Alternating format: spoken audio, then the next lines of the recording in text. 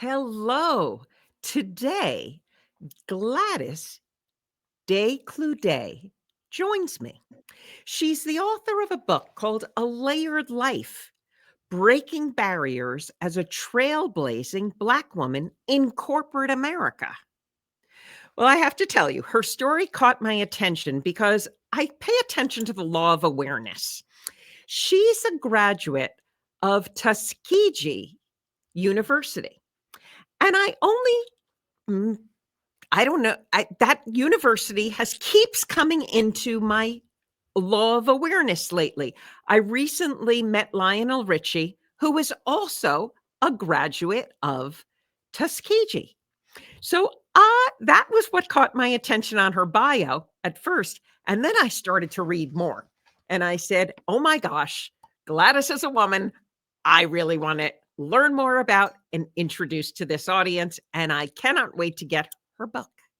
So Gladys, welcome. Thank you, Dian. I'm pleased to be here today. Now, okay, so let's start with Tuskegee, because interesting school choice. How'd you end up there? What was your experience with it? And how do you think it benefited you in the course of your trajectory? Well, I ended up going to Tuskegee because I was majoring in engineering, and wow, I was one of those students who was always excel in mathematics and in the sciences. So I was on the college prep program. You know, I'd taken like all the calculus, trigonometry, physics, those sorts of things. And so when it was graduation time and I graduated as a class valedictorian, the counselors and the principal and everybody wanted to kind of counsel me on career advice. And so can I ask you, where'd you grow up? What state were you? In Jacksonville, Florida. Okay. Yeah. And so, you know, it was pretty much, I guess, consensus among my advisors and counselors that, you know, given my aptitude to be an engineer and my ability, that, and they were in high demand in this country, they paid very well, whatever, that I should go off and be an engineer. And Tuskegee had an excellent engineering program. And one of the teachers at my school, he actually had a sister who had gone into one of the tech fields. And I can't swear now that it was actually engineering, but she went into one of the tech fields and at Tuskegee, and he was, you know, really proud of her and how good her future looked. So he was, you know, really kind of pushing for me to go to Tuskegee. And it was one of those schools that I'd always heard about, read about, learned about.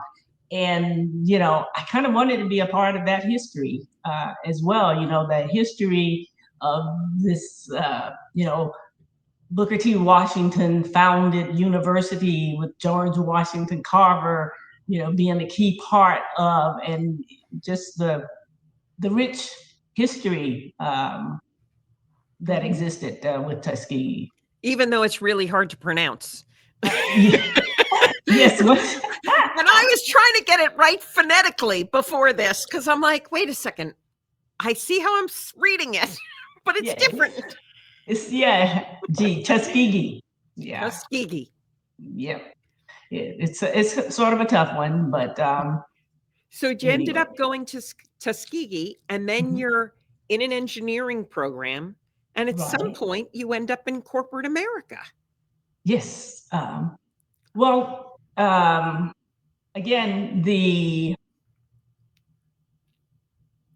when I was in college, one of the things, of course, is, you know, I was on scholarship, but even so, you need money just for personal expenses to live, what have you. And so I would work in the summers to get money to get me through the next school year. And being an engineering major, I took engineering internship jobs in the summer. So I would go out of town to wherever the job was that paid the most money. And again, given the time, you know, this is late 70s, and America was just starting and entering the big oil boom. So the oil industry was, big. They were looking to hire people. They were paying extremely well. So I took my last 2 summers, the summer before my junior year and my senior year, I took a position with Conoco Oil Company in Lake Charles, Louisiana. And so once I graduated, they offered me a full-time engineering position in offshore, as an engineer in offshore oil and gas exploration and production. There could not have been that many women engineers in oil and gas production. No, I was the first. That's wild. Yes, I was the first. And it was,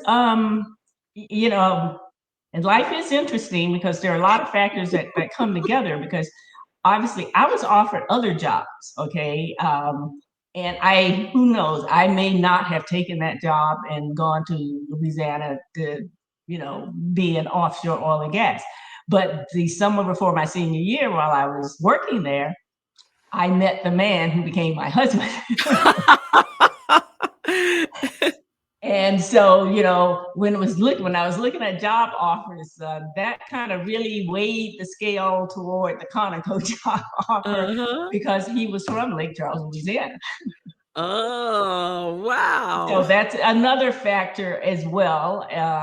But also I was interested in it, like I said, because, it was the oil boom. It was a great opportunity. They paid well for offering. Yeah. What is that engine like? Are you trying to improve the drills? Are you trying to improve the processes? What is engineering in oil drilling? Okay, I did 2 roles. The first role I did when I entered, I was a production engineer. And what I did in that role was I would help resolve problems on the actual offshore platforms where the production equipment is there processing and separating the oil and gas, sending it to shore. So I'd help them resolve current existing issues offshore and on land facilities. But also the key biggest thing that I did during that role was I actually designed, in my office and work and whatever, I did the design of full platform production facilities for 2 brand new platforms offshore. Then I went down to the construction yard in New Orleans, and I supervised the building and installing of that equipment, and assembling that equipment on land. And then, of course, we take that and we put it on a barge, take it out to sea, and then we sat it in the middle of the ocean. And then I had to supervise the completion of actually connecting and tying and putting everything together to the wellheads and whatever. So I literally designed and supervised the installation of 2 offshore oil and gas production platform facilities. Oh my gosh. During that role. And then I moved on and I became a reservoir engineer. And in that role, that was a very interesting, fun role. With the platforms, it's something you could touch and kick and and point to and say, hey, I did that, right? But in this other role, it was also actually probably even more enjoyable for me, because what I did then was I would design the well drilling plan, so that you don't end up with blowouts and people getting killed, and that you drill it to the actual locations that you're trying to get to, and do that safely. And then once you drill the well, I was the person with the crystal ball, the one who said, well, how much did we find down here? How much oil and how much gas did we find enough to actually, complete and develop this thing? Or should we plug and abandon this thing? Or, hey, guess what? We found enough that we should drill 20 more of these things. So there was a lot of technology, but also a lot of economics and finance associated with it. And So yeah, that was the main part of the reservoir engineering. And then also negotiating with other competing oil companies about reserves on the different leases and things like that. But Gladys, I got to ask you a question. You walk into a Conoco meeting or whoever, any meeting, some event, and somebody says, "What do you do?" And you say, "Oh, well, I'm an engineer on oil rigs and, and reservoirs." Like, can you describe what the expression looks like on someone's face the first time they hear this from your coming out of your beautiful face, your very feminine look? And it's like, whoa, seriously? That was very interesting. People were definitely surprised and shocked if they heard me say that.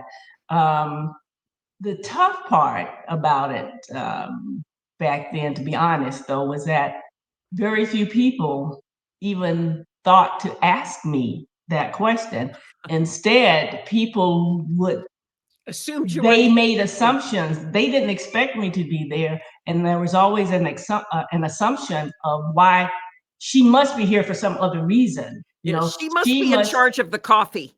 Yes, she's here to serve the coffee or the food, or she's here for some inappropriate sexual reason, or what, So it was actually, I would be pleased if someone would ask me that question back then, so I could actually tell them that. Wow. And uh, and the environment was very difficult. Mhm. It's hard to even imagine if you're the first woman to show up out there. You know, they didn't even have bathroom or sleeping facilities for women Uh-huh. out there, and it's an environment where men worked long days. Yeah. At a minimum, they worked a 7 and a 7. Then they were 14 and 14s, and then there's a 30-day environment, and you show up there as this young female in this man's world, where they are very direct and Mhm. very um, blatant about their Whatever. their needs and satisfaction, just whatever. The sexual harassment, I think, it was just off the charts. Uh-huh. It was off the charts. And so when I talked about being a reservoir engineer and being out there when we were drilling the wells and doing this and that, that environment was so rough because that on a drilling rig, you're beaming with more and more people. They've been Mhm. out there for extremely long times and this and that, until I didn't even try to sleep on those things. I literally slept fully clothed in a chair in the foreman's office because I was too afraid to even leave the office Wow. environment and Mhm. at Mhm. night, or to attempt to try to sleep anywhere. Mhm. That's kind of was the environment back then. Yeah.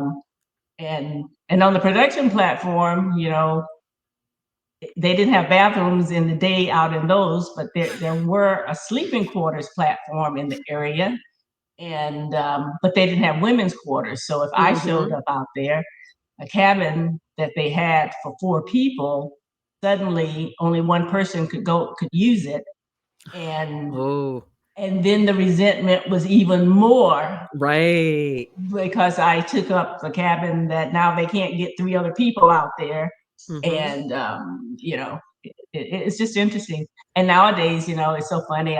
You can see these videos and you see these wonderful, beautiful facilities out offshore, and you see people with fitness, I mean, gyms and all sorts of things. But trust me, 45 years ago, 45 to 50 years ago, that was not the world out there. Oh, I believe it. Yeah, I have a friend who was one of the early, locomotive train engineers, and about 45 years ago, and she'll tell stories like I'm like, "Oh my gosh."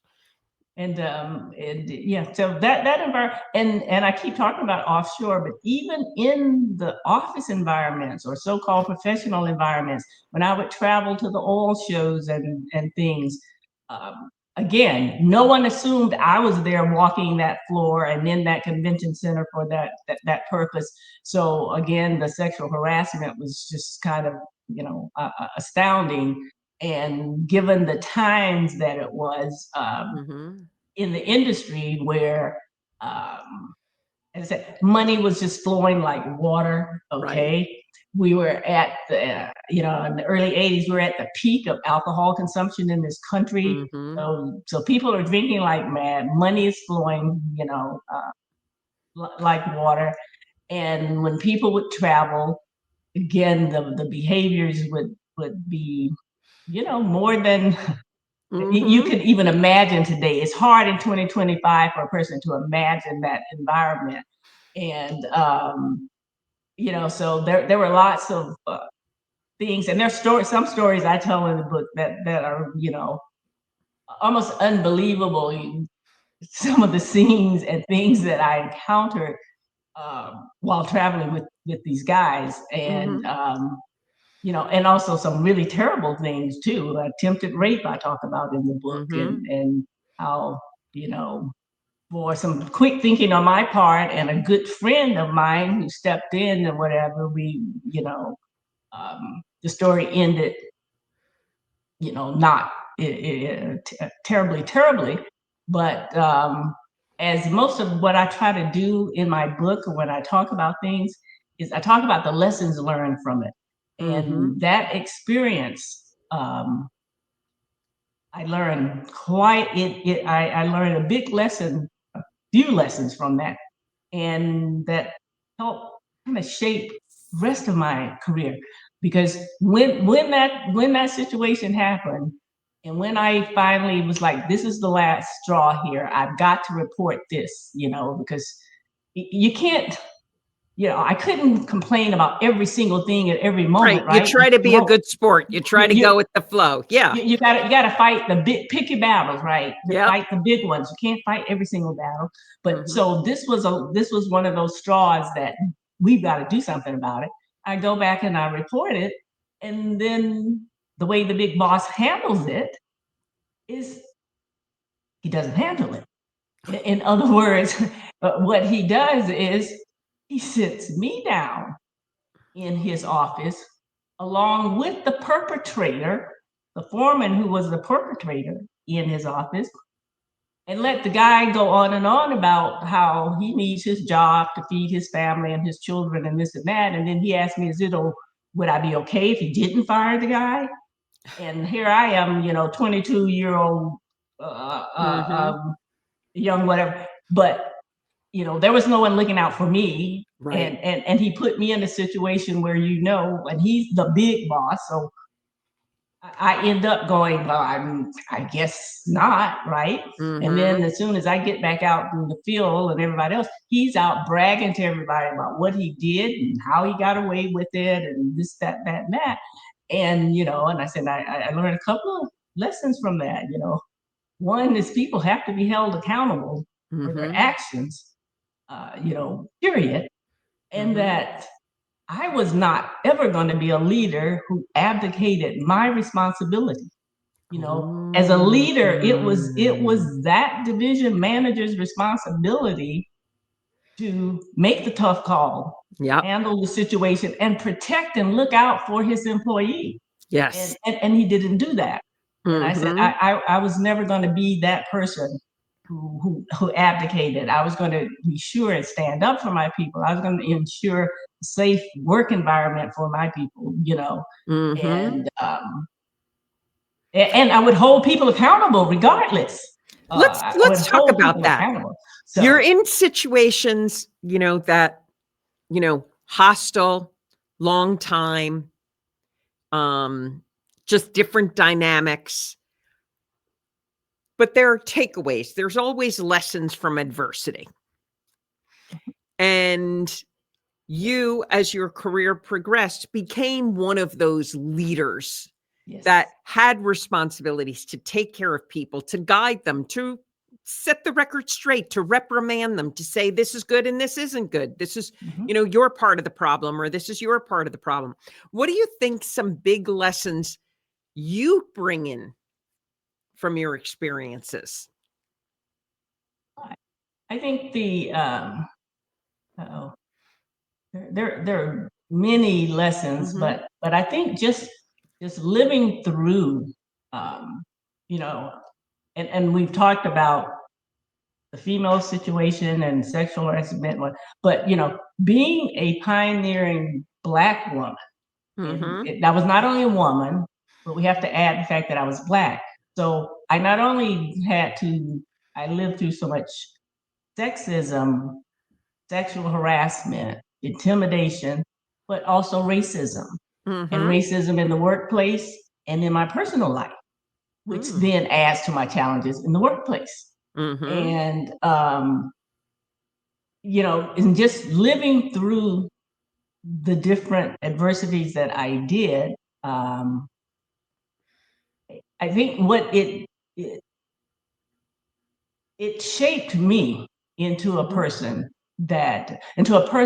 into a leader who truly believes in the value of inclusivity and diversity, and treating all people with Mhm. care and respect, Mhm. and making everyone feel valued and appreciated and a part of the team.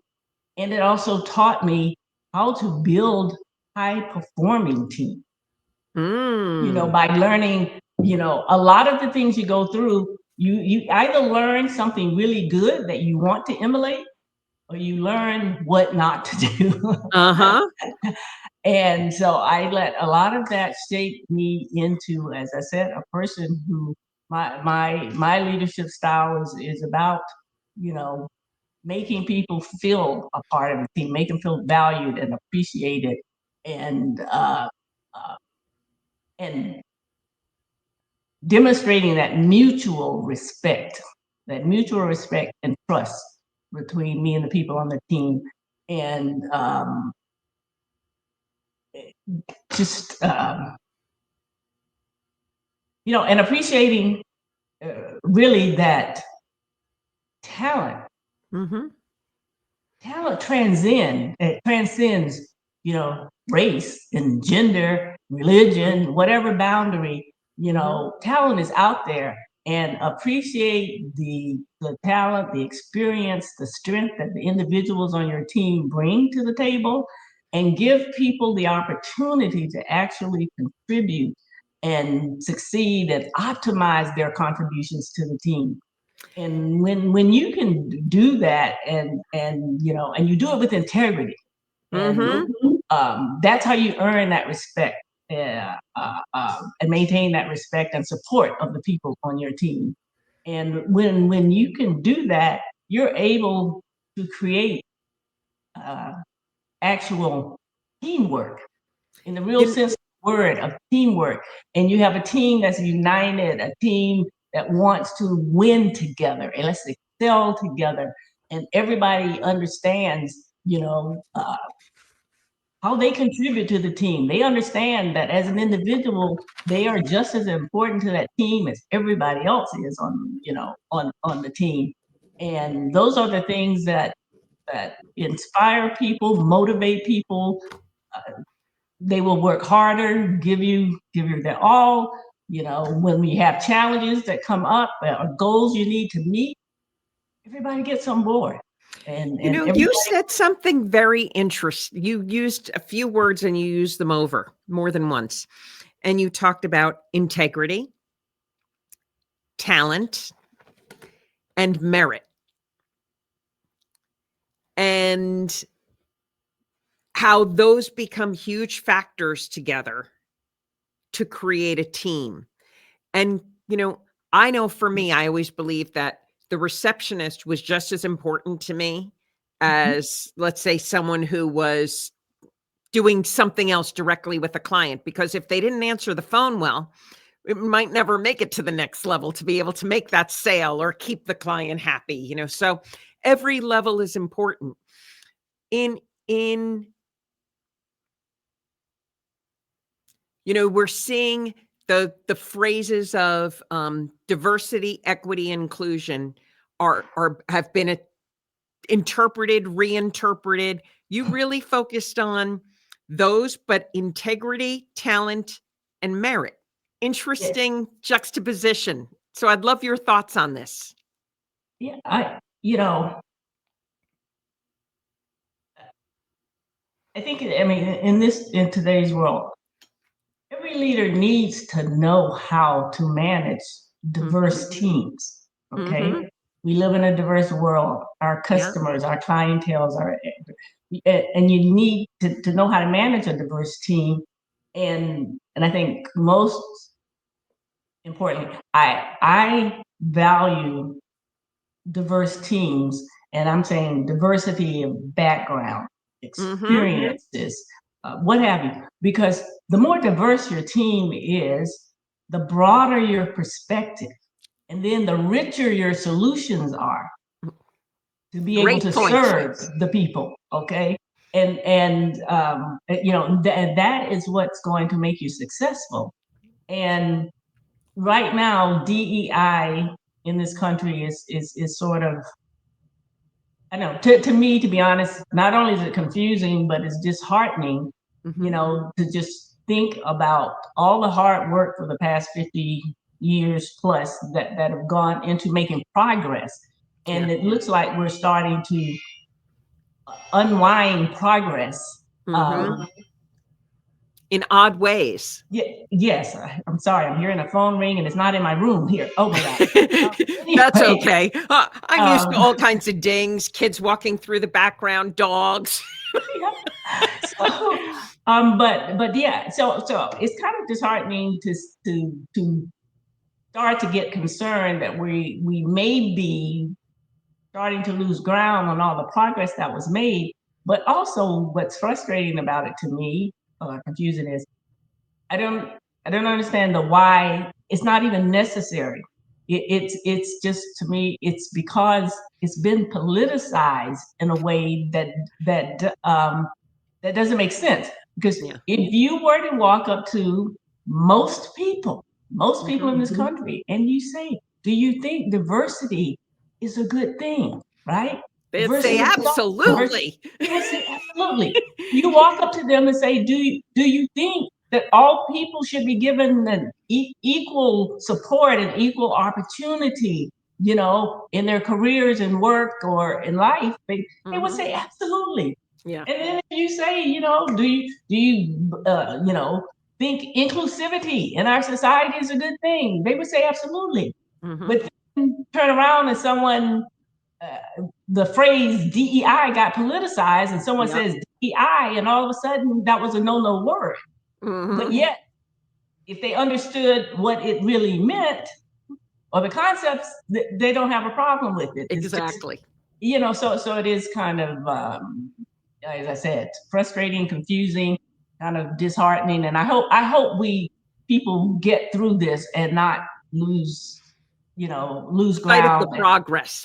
Because lose the progress over political, how you say it? Politicization of a term or terminology. And I think, and I just hope, frankly, and I'll be sure and say it here or anywhere I get the opportunity, I just hope people stop and remember that, DEI does not mean giving advantage to certain groups of people. What it means is giving the same level of support and opportunity to all individuals. That is such a great differentiator. Thank you for pointing that out, because I think it's so important. I work with a huge human resources company, and they're always saying that. It's how do you train people? How do you get people up to the same skill set? How do you help then? Because then you can see who can rise to that opportunity, who wants it. Sometimes you get given opportunities in life for anyone. And you just say, this really isn't for me. Thanks for the offer. I think I'll pass. Or somebody says, wow, how do I grab this? How do I learn more? How do I try to be the best I can at this to keep figuring out the level I can rise to? I actually mentioned this guy in my book, and he came to my book launch kickoff about a month ago, and he was someone that was big in the restaurant industry, and he talked to me and interviewed me many years back, and I was pretty known. People knew that I had been very successful, strong performance year after year in profits and sales and this kind of thing. And I had a very diverse organization of people. And so people would ask me often, what is it? What do you do? To make that happen. And specifically, one question that I was asked often, and he asked me this question, and he still tells this story today to people about my response. The question he asked was, can you tell us what do you do differently for women and people of color? And my response was, I do the same thing for women and people of color that I do for everybody else. Yes. But it's just that historically was not the case. So I don't do anything different. I bet he remembers that because it's a great answer. Yeah. Yeah. It's a great example of a leader and a key leadership trait. Yeah. Just give everybody that same level of support and opportunity. Yeah. Wow. It's interesting. You said the things you want from your experiences, you learn the things you want to bring forward with you and the things you don't. Can you give an example of something that you absolutely say, that would never be me, that's not my management style, or this is what anyone can know me, Gladys, as being? Actually, I guess I probably touched on already the one that absolutely not me, and that was the boss who was the abdication of his responsibilities and did not move me as an employee who had been harmed and wronged. And so I said, you're a big believer in the buck stops with me. Yes. If I am the big boss or the leader or the person responsible for making a decision, even if it's a tough decision and it's maybe someone I've known forever, or what have you, if there is accountability that has to be, rendered, then that's what I'm going to have to do, and that's what I will do. And I actually was faced with that before, and it was tough. Someone who was like one of the best performers in the company, and got himself in a situation that he should not have. He should have known better, and he knew, and as tough as that was, because you have so many when you're a person who likes to not like, but yeah, develop people, and I like to give people my time, and I try to develop and build and help people. And when you have someone who's been around forever and they are the OG, I mean, they know what to do. That's the person you're counting on. Right. And then when you have to cut that off, it's like cutting off your right arm. Yeah, that's tough. It's tough. But what do you think about the expression? I've heard people say, I never had to fire someone. They fired themselves. Yes. That's probably true, because God knows, everything I had known about the person and what the person delivered and did job wise, was fabulous. And then, but at some point have these lapse in judgments, or they get in social situations, whatever, and then they do improper, as a boss, because I had people reporting to me who are vice presidents and people who are different, and they can't be at that kind of a level and then do inappropriate things with employees down their chain because, you know, you're in a position, you're in a position of power. Right. You're in a position of power over these people, and you can't do, you know, inappropriate things or whatever. So, but anyway, so that was definitely an example of something I said I wouldn't do. But also, the wouldn't do thing is make people feel. That's why I put so much emphasis on making people feel valued and appreciated, because I had so much of that, you know, thrown at me in my career of people who went out of their way to try to make you feel that you didn't belong, that you didn't earn the right to be here, you shouldn't be here, or you know. On the flip side of that, Gladys, did you have anybody through your career where you would say they really were my cheerleader? They were in my corner. They knew I was, you know, forging new territory as a female, you know, Black engineer in the field, you know, all these things that, you know, somebody could say, oh my gosh, how the heck's she going to do get through the day? Did you have somebody say, Gladys, I'm in your corner? I definitely had two good mentors. And the funny part is, I don't know if he ever even looked at it the way you just said it, but you know, after I finished, after being an engineer for 5 years, I went back to school, got my MBA in finance and investment banking. I end up going back to the oil industry, but on the different side now, no longer in exploration and production. I went downstream side of the industry. But anyway, what did you call it? The what side? Downstream. They call up exploring and producing is called upstream.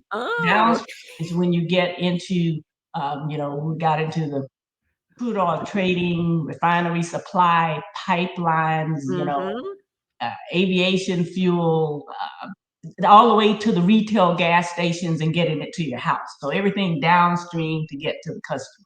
Okay. You and your career are just so fascinating. Every time you talk, I have like a zillion more questions. Oh yeah, I really had a great career and great opportunity. I worked in like all aspects of the oil industry, you know, covered it all, even terminals and distribution and delivering fuel on those tanker trucks with the 9,000 gallons, you know, or my teams of people out there in blizzards. And anyway, life is interesting. But anyway, when I got out of MBA school, and I was trying to make a decision, and that's when BP, well, Standard Oil at the time, but a year later, British Petroleum bought Standard Oil. So I ended up working for, you know, for BP. But the guy who was not the immediate boss, but he was like the manager, the hiring boss, the vice president of the group trying to hire me. So I got to meet and interview with him, okay, during my interview trip to Standard Oil Company. And he was a Harvard MBA, and you know, successful obviously with BP. And when I met him, I felt a connection. I could tell that he earnestly, genuinely saw me, liked me, and wanted me to succeed. And he was actually the reason I accepted the job offer with them. And he did. He was a great mentor for me, and he was one of the people that I tried very hard to emulate for the rest of my career, because I appreciated what he did. You know, what he did for me, because I was a person who was very much a doer, but very uncomfortable with tooting my own horn. And you know, when you get the right mentor. Well, you have a lovely elegance about you, so somehow that doesn't surprise me.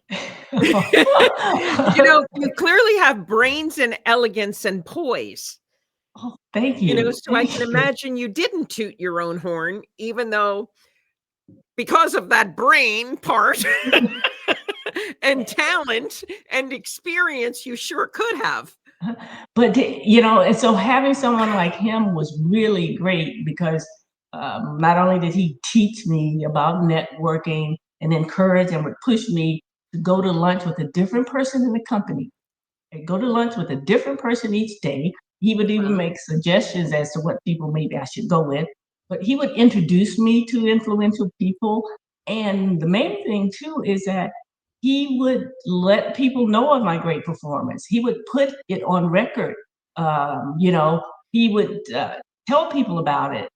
You might would write a note on a memo that say I had given him a written report on something. He'd write a note on that report, and it may say something like, Gladys, what a wonderful solution to this problem. This has saved us, gobs of money or whatever. But then he would copy other departments on it, or copy someone higher or whatever, so that again that helped toot my horn. And because I guess he knew I wasn't going to do it, so he did that for me, and I thought that was really great. And and I could talk to him about things and say, I'm going through this particular thing, or I have this idea in mind about how I should handle this. What do you think? And things like that. And so again, and there was a lady after him who was also very, very helpful and good. But I tried to, as I began to move up the ladder and got in positions, me hiring people and developing people and things, I would try to do for them what Jim did for me, to try to pay that forward. And and that is one of the things that I'm very proud of, because I do have many people that I've hired, developed, and mentored, and they became CEOs, COOs, presidents, senior vice president. So that's It's got to be. It's a good feeling. Yeah, it is a good feeling. But I think, but again, just going back to one of the previous original questions you were asking about, when you live through the different adversities, I think it was one reason why I bought so fully into a concept very early in my career that I continued to champion. And actually, I heard the expression used. I don't even know who the originator of this expression was, but I think it was originally referred to as service profit chain. But service profit chain is what I first heard it referred to as. But then I kind of Gladysized it, and it was kind of my philosophy of life, and it essentially just boiled down to taking care of your people. If you take care of your people, you treat them right, make sure they have the resources to do their jobs, they got the support, you treat them with care and respect, they understand their roles. You take care of your people, then they're going to do a better job of taking care of the customer, the client, the guest, the whatever, right? You treat them the way you want them to treat the others. And of course, what that means is we're all going to make more money. We're going to have more customers. You're going to have repeat customers. We're all going to make more money. You're going to get better raises and bonuses and whatever. The company and the stockholders are going to make more money. Everybody wins. So the bottom line, is that to take care of your people, you will always win. In some ways, it's such a simple concept. It goes back to the golden rule. Where does it fall apart? That is, I don't know, people. It's just amazing to me, because like you said, see, I grew up on the golden rule. I had a feeling. You treat people the way that you want to be treated, right? And so to me, it was common sense. And early on in my career, that was something that helped me, because I was able to get more, people supportive and helpful to me. And like you said, and it didn't have to be the big bosses. It's amazing the help you can get from everybody in an organization. And just knowing how to treat people can buy and give you a strength or a power or an authority that nothing else can give that to you. You can get every title in the world, and you're not going to get that same level of How much influence. of that in your personality do you think is nature versus having been nurtured into you? I don't know, because nurtured, to me still would include the family raising, and the grandmother, the mother, the church, the all of that. So Yeah.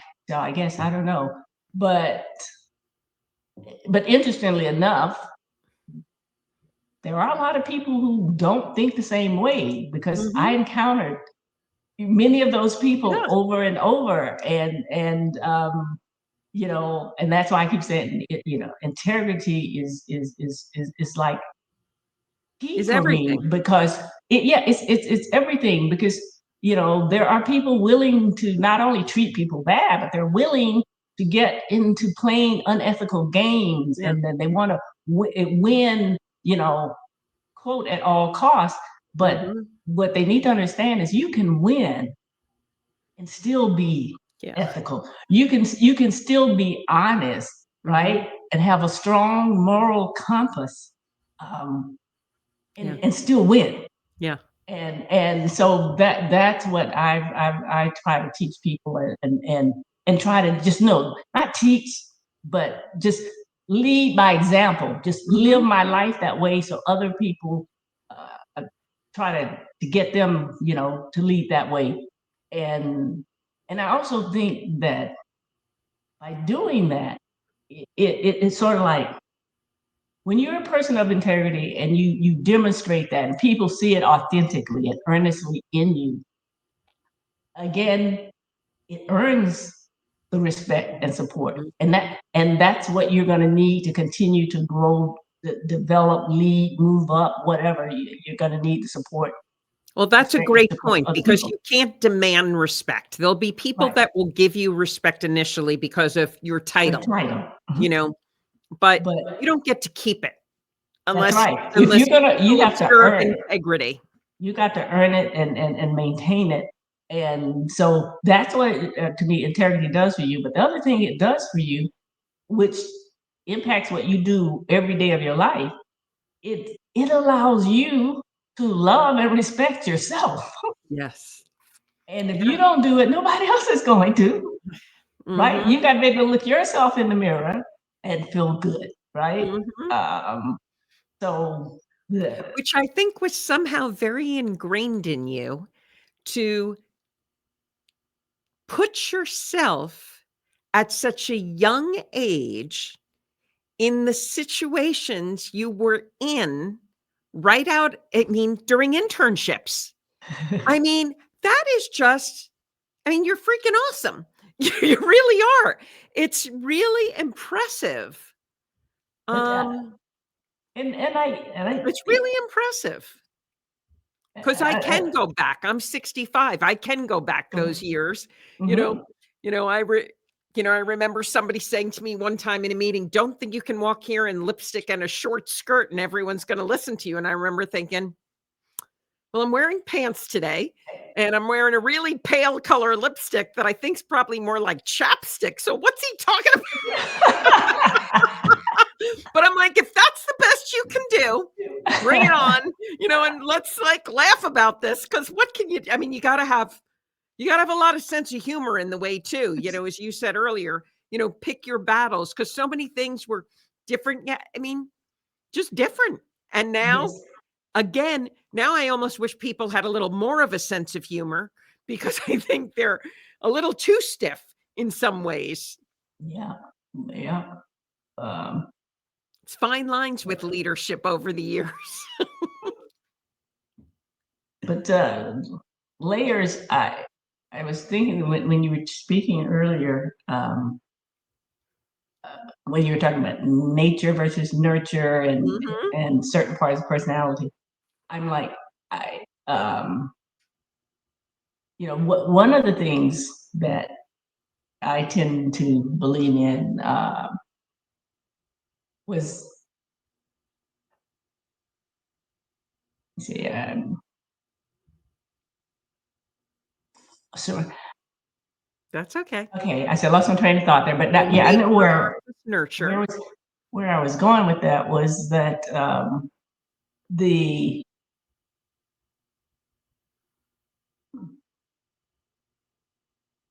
it's terrible. That's so funny. It Um, happens. I'm yeah, glad it's not yeah. just me.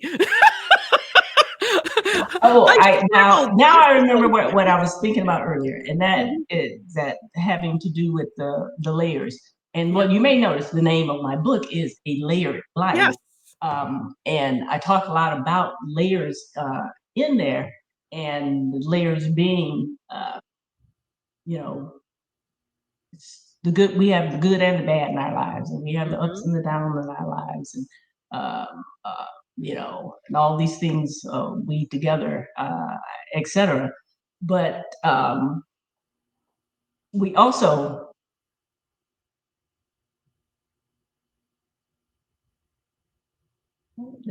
this is amazing. I think my migraine medicine must start kicking in. All of a sudden, I keep losing it on my layers here. I'm like I have no The idea the why. layers of the nature and nurture.